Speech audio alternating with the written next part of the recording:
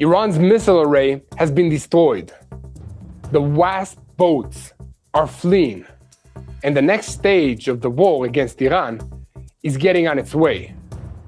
For the 12th consecutive night, the United States military completed another wave of strikes in Iran against strategic targets, including targets in Tehran.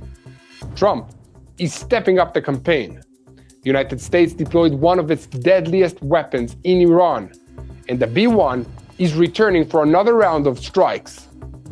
Is the B-2 also on its way? Israel is on maximum alert. The IDF is preparing for the possibility that Iran could launch missiles towards Israel as early as this weekend. And despite the declaration that Iran has been defeated, the blow suffered by the United States military is now being revealed. Iran struck secret CIA facilities in the Middle East with disturbing accuracy. Who was behind these strikes? Today, we will bring you the full truth about who is really supporting Iran's Revolutionary Guards.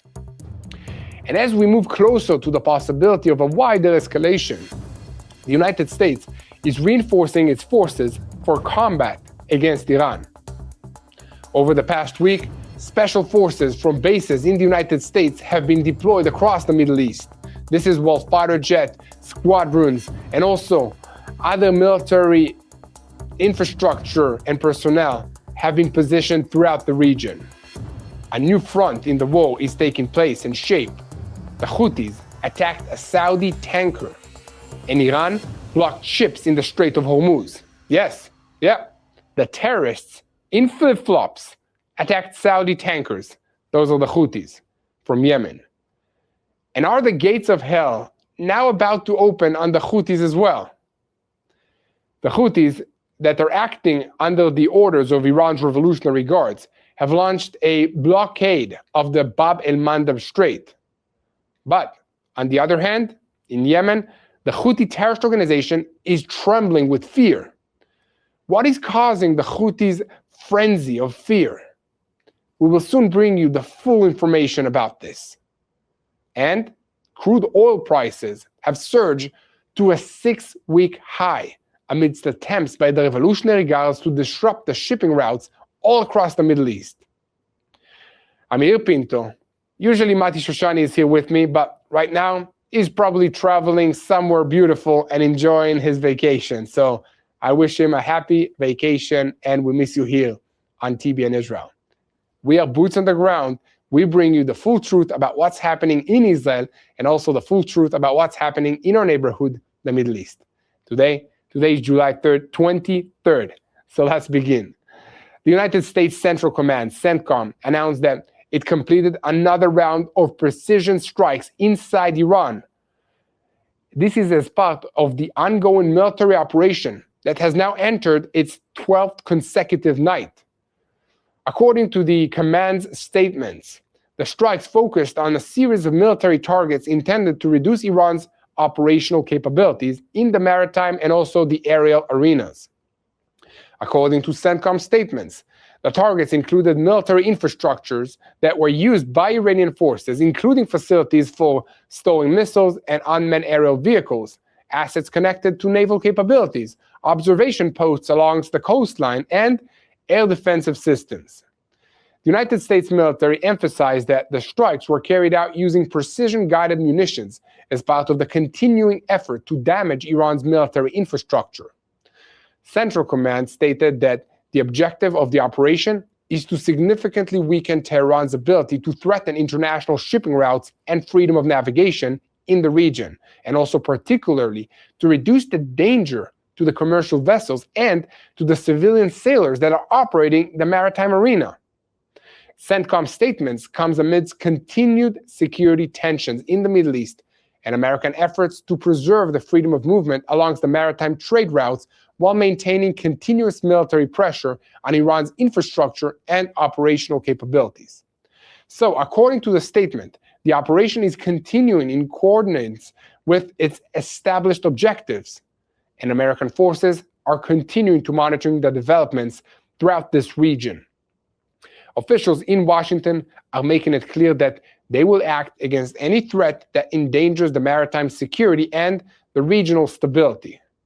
And by the way, it was revealed today that the United States is continuing to escalate its campaign against Iran.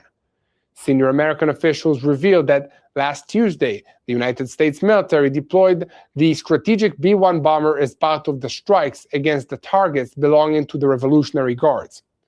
This was the first time that the United States had used the aircraft since the fighting resumed 12 days ago. The B-1 bomber is considered one of the most advanced and deadly bombers in the world.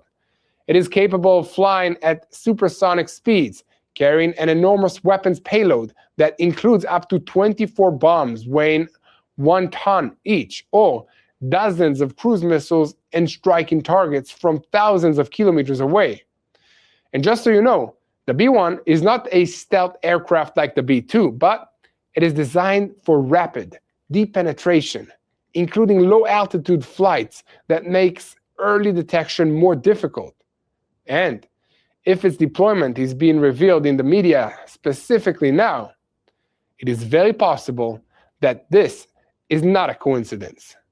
It may be a deliberate message from Washington to Tehran, even without a complete official declaration from the United States military themselves. Yesterday, an unusual exchange of threats took place between Washington and Tehran. After President Trump said that for every attack on a vessel in the Strait of Hormuz, we will destroy a bridge or a power station, including in Tehran.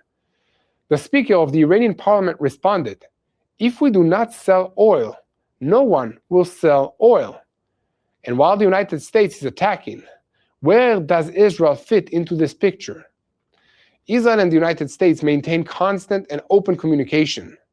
The message delivered by the United States to Israel before the latest wave of strikes in Iran is now at the center of the discussions in Jerusalem.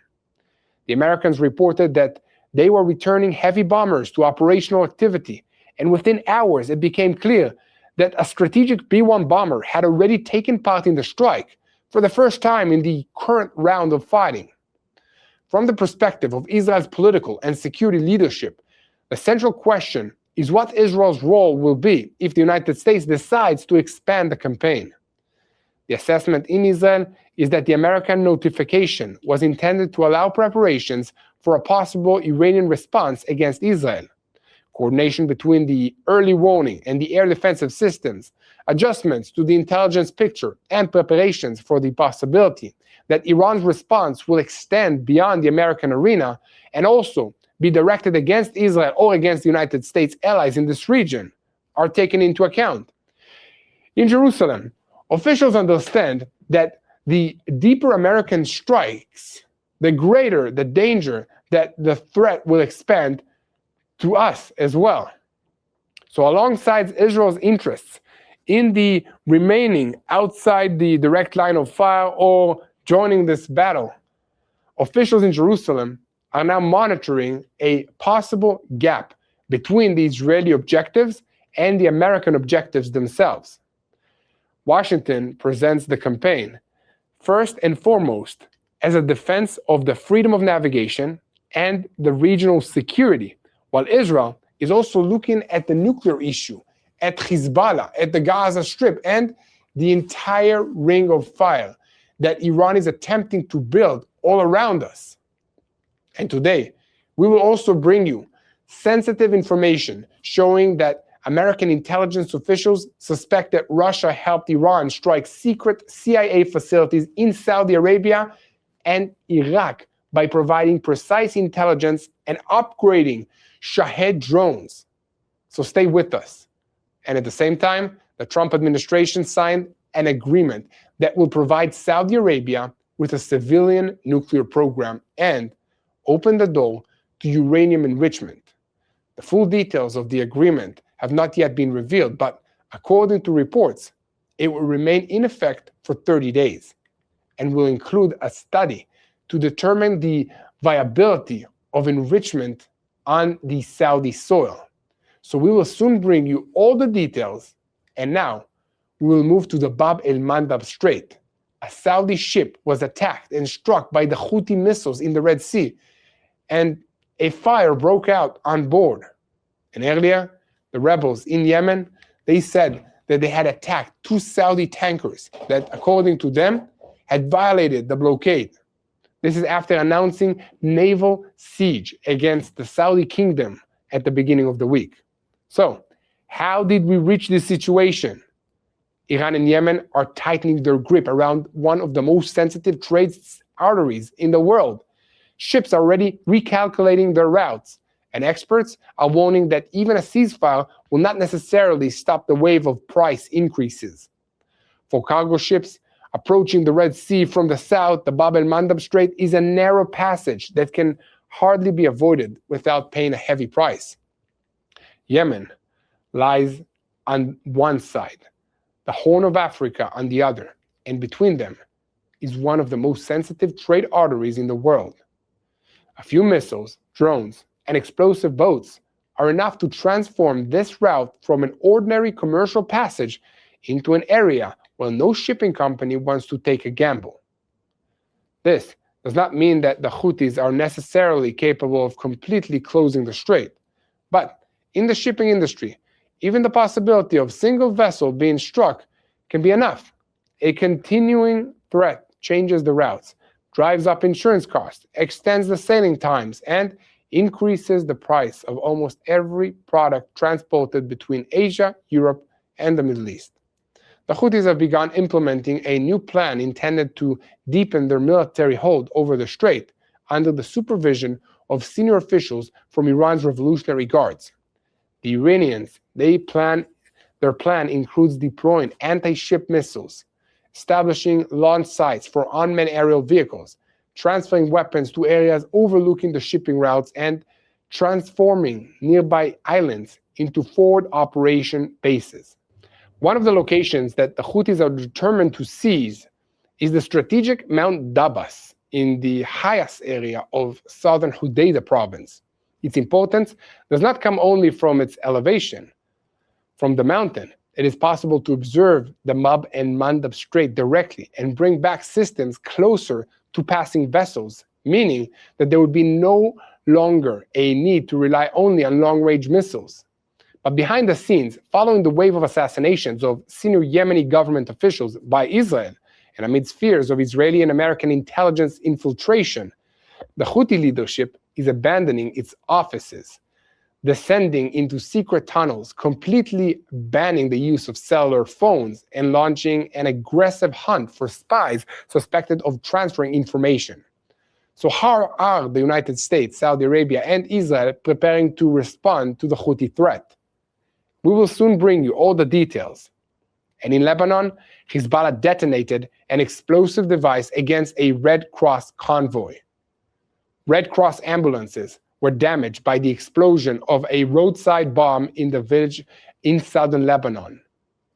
And stay with us until the end of this report, because today we will also bring you the jihadist lie that has now been exposed in the Gaza Strip.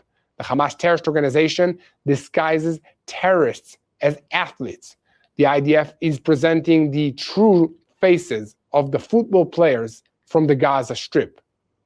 And against the background of claims circulated around the world alleging that the IDF deliberately targets innocent Palestinian athletes in the Gaza Strip, the IDF is revealing detailed data and intelligence information this evening.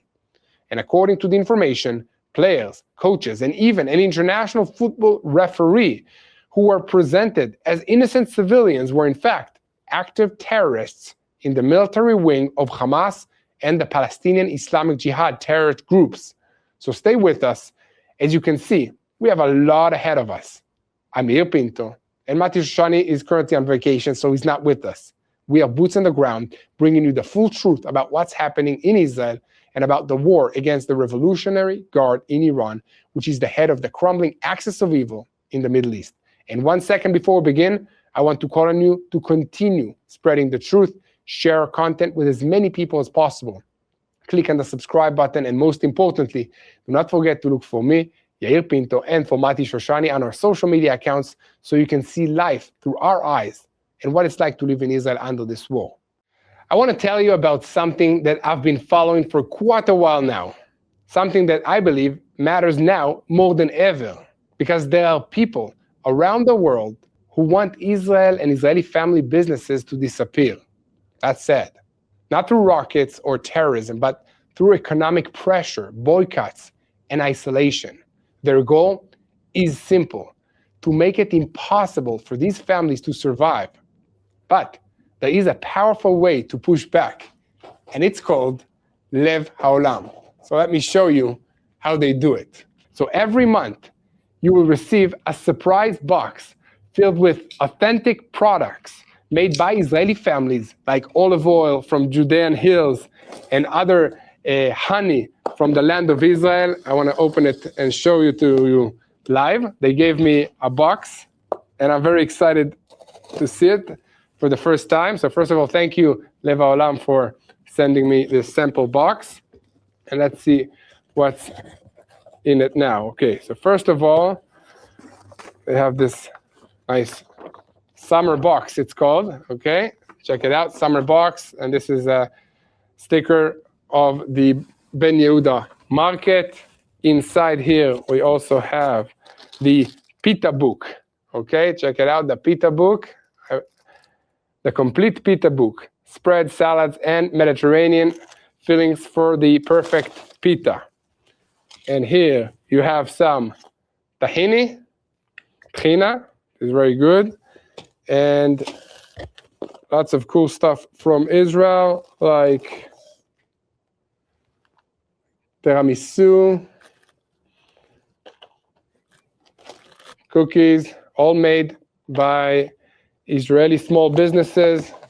What's this spice? Let me show you. Falafel mix. Okay, got to try this.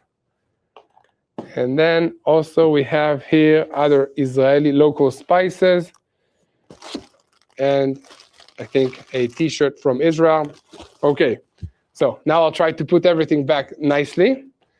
So basically, they are bringing goods from Israel, from the Negev. They're bringing wine from the Golan Heights, handmade ceramics, spices, skincare products, and so much more. So all of this is shipped in this box directly from the Holy Land into your doorstep. And here's what I love about this. This isn't charity. These families aren't asking for handouts. They're asking for customers around the world, for you. So every box that you receive supports real Israeli families. It strengthens local businesses, and it sends a clear message that the boycott will not win. So if you love Israel and you're looking for a practical way to stand with the people of Israel in this land, this is one of the most meaningful things that you can do. And right now, you can receive 40% off of your subscription, plus a special bonus gift box exclusively for TBN Israel viewers. Just visit levhaolam.com. Again, that's levhaolam.com, and use the promo code TBN at checkout. Or simply scan the QR code that you see on the screen, and the discount will be applied automatically. So thank you for standing with Israel and for supporting the families who call this land home. Let's get back to the news, because fire was still burning at the bow of the Saudi tanker Encilia after the missile that struck it near the Jizaz in the Red Sea. The crew survived, but the attack, it proved that Houthi blockade was no longer only a threat. A second tanker, Laila, was also named by the Houthis, although that the strike remained unconfirmed. So why open a new maritime front precisely while the United States is intensifying its campaign against Iran? Saudi Arabia has been redirecting millions of barrels towards its Red Sea terminals to reduce the dependence on the Strait of Hormuz. The Houthis are now threatening the alternative route through Bab al-Mandab. So if both passages become unreliable, shipping companies cannot simply choose the safer door. Saudi authorities confirmed that Encilia was struck and caught fire at the bow. 5 tankers changed course on Wednesday. 3 others carrying Saudi crude towards China and India had already turned around on Tuesday. The operation extends beyond one launch. Reports from Yemen describe a new deployment supervised by senior Revolutionary Guards personnel who arrived during the past 2 weeks.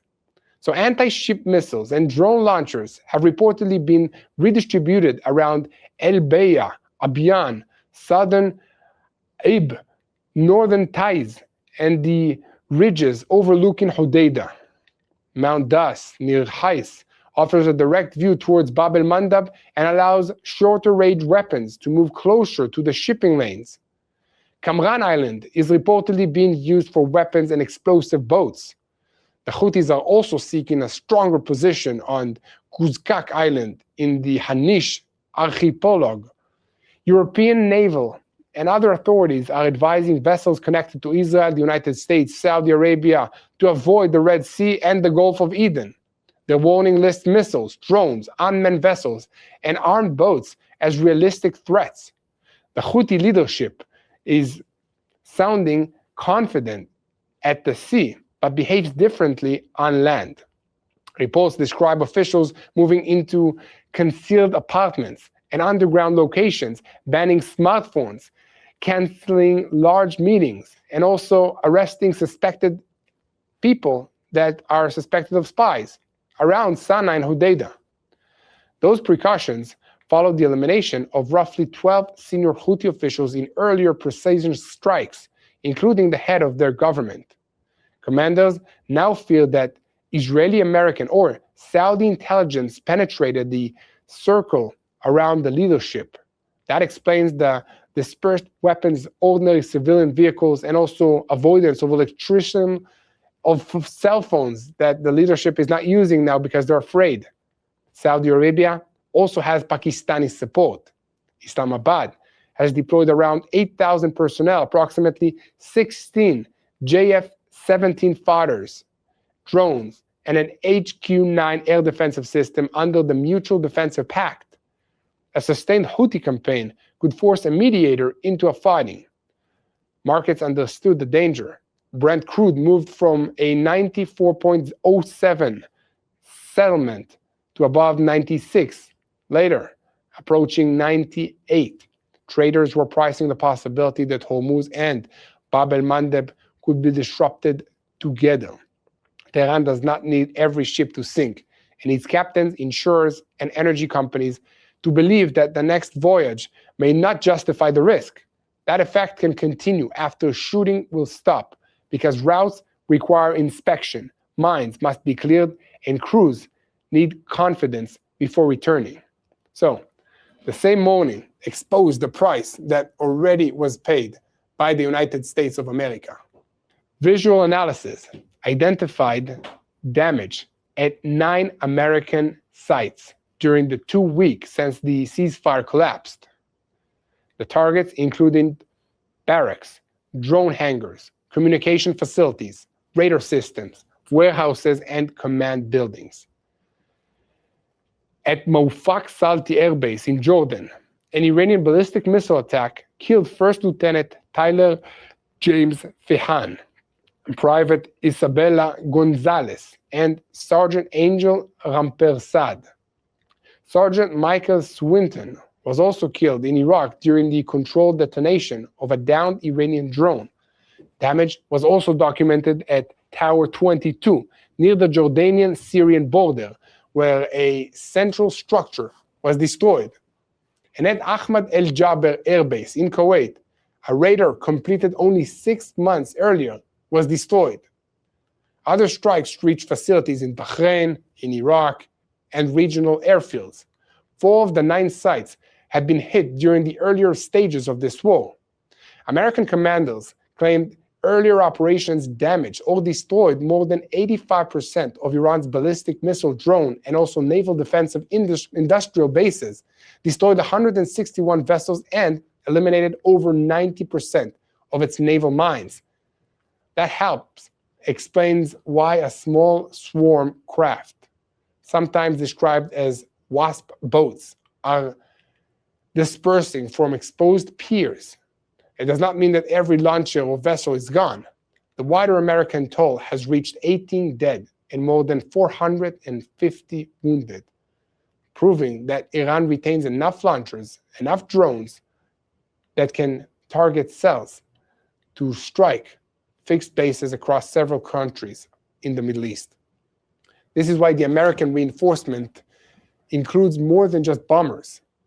It includes special operations. It includes special forces that can recover the air crews, secure sensitive equipment, conduct reconnaissance, and also support damaged bases. Fighter squadrons strengthen the defense and the strike capacity. Tankers extend the flight time. More than 150 medical personnel have arrived at the Landstuhl Regional Medical Center in Germany because Washington is preparing for casualties as well as missions. The B-1 provides heavy conventional fire and also long-range standoff weapons. It does not carry the 30,000-pound JBU-57 bunker. There is still no confirmed evidence that B-2 bombers have been assigned to the next wave. Their appearance would point towards a different mission, especially against deeply buried nuclear infrastructure. Another investigation raises a more serious intelligence question. American analysts are examining whether Russia helped Iran strike CIA facilities with precise targeting information or advanced drone technology. So no final conclusion has been reached. At least 2 CIA locations were hit in March. The agency station inside the United States Embassy in Riyadh and another site in eastern Iraq. The Riyadh attack was unusually sophisticated. One modified Shahed drone opened a hole in the embassy wall, and then a second flew through the opening and detonated inside without causing casualties. Investigators suspect Russian assistance may have improved the drones through the Comtach-M satellite navigation system, which is more accurate and harder to jam than Iran's original package. Analysts are also examining possible Russian targeting data, while acknowledging that Iran may have aimed generally at the embassy and struck the CIA station by chance. And before we continue, help us keep this reporting moving. Like this report, share it, hit the subscribe button, leave a comment, let me know why it's important to stand against these terrorist organizations and with the only democracy in the Middle East, which is Israel. What you see on YouTube is only part of the story. Get a closer first-hand report, behind-the-scene moments, and stories of faith, resilience, and hope from this land by going to tbn.org/journeys/boots or text boots to 316-316 for direct updates from TBN Israel with Mati Shoshani and me, Yair Pinto. By watching, you're helping us share the truth, and we encourage all of you to unite in prayer for the peace of Jerusalem, because this is a spiritual war. The Home Front Command has raised readiness, but there is currently no change in the public instructions. The concern is precautionary, not a specific warning that an attack is imminent. Israeli officials believe that escalation may develop in stages. Iran could first use the Houthis and Iraqi militias while preserving direct missile fire for later. That would increase the pressure without immediately giving Israel a clear reason to enter the American campaign. Jerusalem prefers to remain outside the visible fighting unless Iran attacks Israel. American forces carry the main burden, while Israel exchanges intelligence, coordinates air defenses, and prepares for a rapid response. Entering early could help Tehran recast the shipping conflict as an Israeli war. Israeli decision makers are asking 3 particular questions. What is Washington's final objective? Where is President Trump's stopping point? What will the United States expect from Israel if Iran expands its retaliation? The concern is also how the campaign will end. Washington may define success as restored navigation and renewed negotiations. Israel wants deep damage to Iran's nuclear program and its surviving missile network to be harmed. Mossad Director Roman Goffman recently visited Washington and met with CIA Director John Ratcliffe and the White House officials. And their talks covered the Iran war, the nuclear program, and also possible negotiations. The visit occurred before the latest escalation around Hormuz, showing that high-level coordination preceded the current strike wave. Washington's next diplomatic move has opened a new argument in Jerusalem. The United States and Saudi Arabia signed a civil nuclear cooperation agreement known as the 123 Agreement. Energy Secretary Chris Wright and Saudi Arabia Minister Prince Abdulaziz bin Salman, they signed the documents, which now go to Congress. The agreement establishes a 30-year, multi-billion-dollar partnership led by American companies. A Saudi civilian source says that nuclear power could reduce domestic oil consumption by as much as 1.5 million barrels per day, leaving more crude for export and supplying electricity for industry, for health services, and for data centers. The disputed section concerns enrichment. The agreement reportedly allows a 2-year study of whether enrichment inside Saudi Arabia would be economically justified. If Washington approves the facility, American companies would operate sensitive sections through a controlled black box arrangement designed to prevent Saudi access to enrichment technologies.